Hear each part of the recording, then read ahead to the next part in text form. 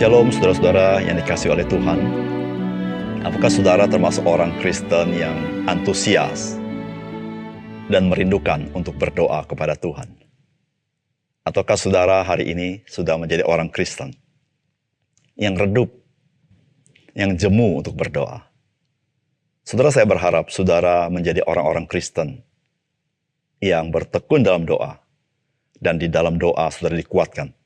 Saudara bersuka cita, saudara mengalami kuasa Allah. Salam jumpa dalam program Tuhan adalah Gembalaku. Saudara, berdoa adalah persekutuan dan percakapan antara anak-anak Allah dengan Bapa yang di surga. Oleh karena itu, saudara, berdoa bagi orang-orang percaya merupakan hal yang sangat indah, di mana kita masuk ke dalam hadirat Tuhan dan di dalamnya kita mengalami kasih Bapa kepada kita. Meskipun demikian, saudara, kita sebagai orang percaya harus terus belajar berdoa dan belajar tentang doa dari firman Tuhan.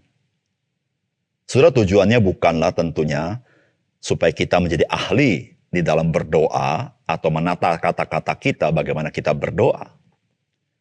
Namun saudara, supaya kita semakin mengenal Tuhan. Karena pengenalan akan Tuhan itulah yang sebenarnya membuat kita terus dikuduskan atau bertumbuh melalui pertolongan Roh Kudus. Oleh karena itu, saudara, berdoa dan merenungkan firman Tuhan serta hidup di dalam Roh Kudus itu tidak dapat dipisahkan satu dengan yang lain. Sudahkah saudara terus mengalami hal seperti ini? Saudara, mari kita membaca Lukas pasal 18 ayat 1 sampai 14. Yesus mengatakan suatu perumpamaan kepada mereka untuk menegaskan bahwa mereka harus selalu berdoa dengan tidak jemu-jemu. Katanya, dalam sebuah kota ada seorang hakim yang tidak takut akan Allah dan tidak menghormati seorang pun. Dan di kota itu ada seorang janda yang selalu datang kepada hakim itu dan berkata, "Belalah aku terhadap lawanku." Beberapa waktu lamanya hakim itu menolak.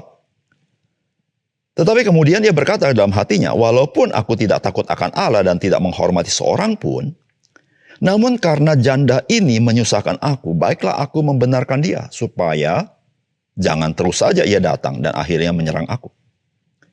Kata Tuhan, "Camkanlah apa yang dikatakan hakim yang lalim itu. Tidakkah Allah akan membenarkan orang-orang pilihannya yang siang malam berseru kepadanya? Dan adakah ia mengulur-ulur waktu sebelum menolong mereka? Aku berkata kepadamu, ia akan segera membenarkan mereka, akan tetapi jika Anak Manusia itu datang, adakah ia mendapati iman di bumi?" Dan kepada beberapa orang menganggap dirinya benar dan memandang rendah semua orang lain, Yesus mengatakan perumpamaan ini. Ada dua orang pergi ke bait Allah untuk berdoa. Yang seorang adalah Farisi dan yang lain pemungut cukai. Orang Farisi itu berdiri dan berdoa dalam hatinya begini, "Ya Allah, aku mengucap syukur kepadamu karena aku tidak sama seperti semua orang lain. Bukan perampok, bukan orang lalim, bukan pezina, dan bukan juga seperti pemungut cukai ini.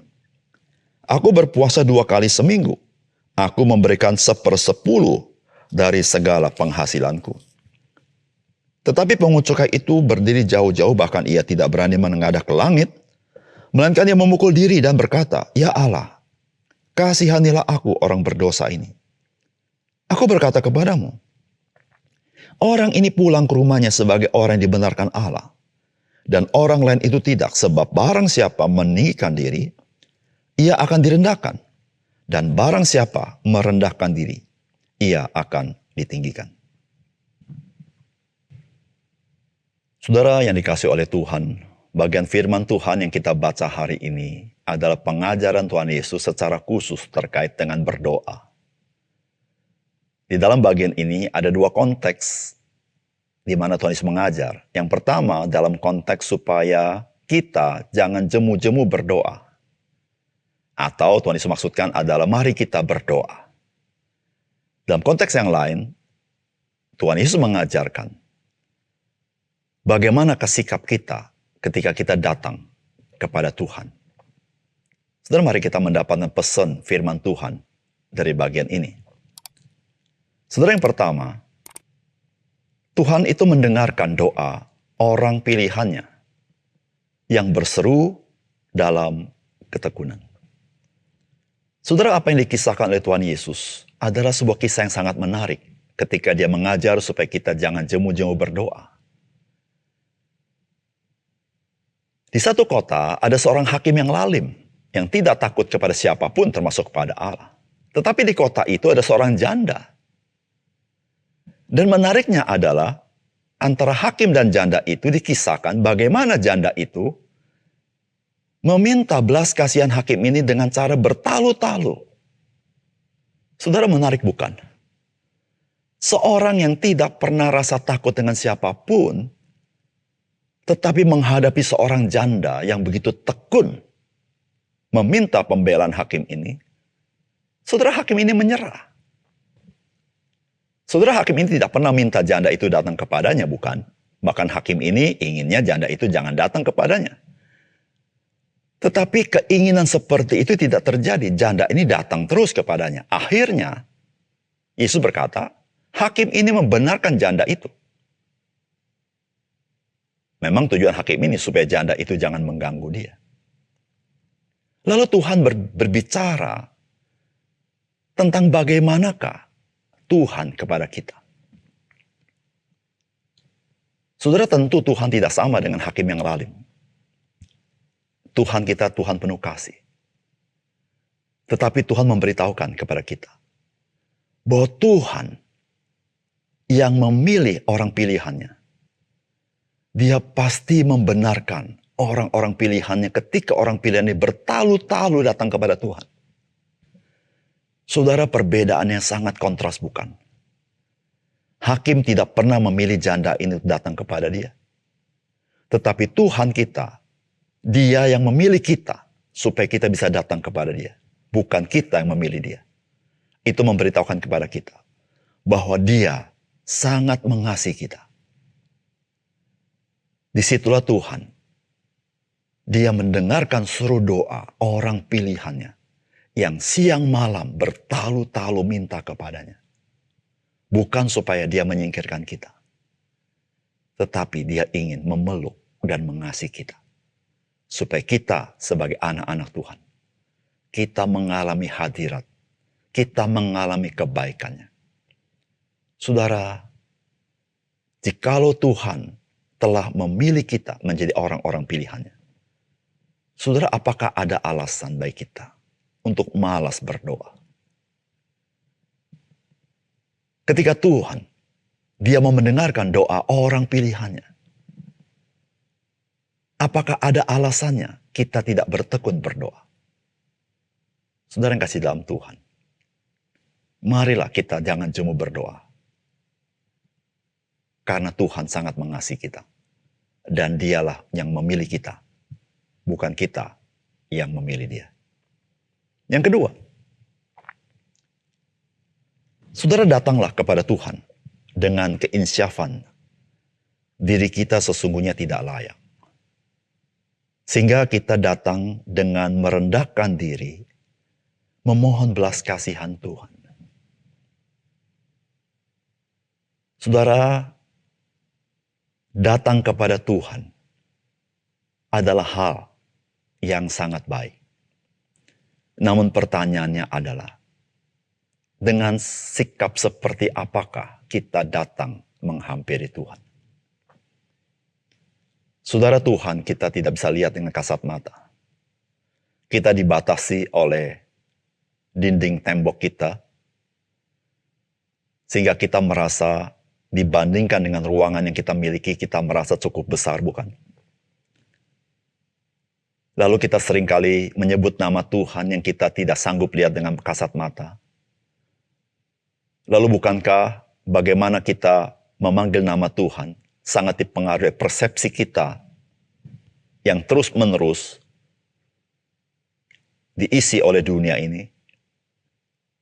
Sehingga kita dalam satu titik merasa kita ini layak di hadapan Tuhan. Saudara yang kasih dalam Tuhan, marilah kita datang kepada Tuhan dengan satu keinsafan.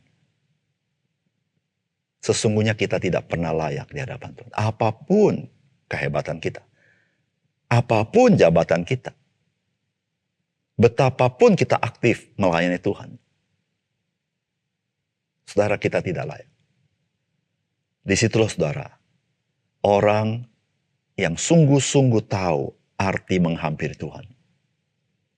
Saudara, dia menyadari diri tidak layak.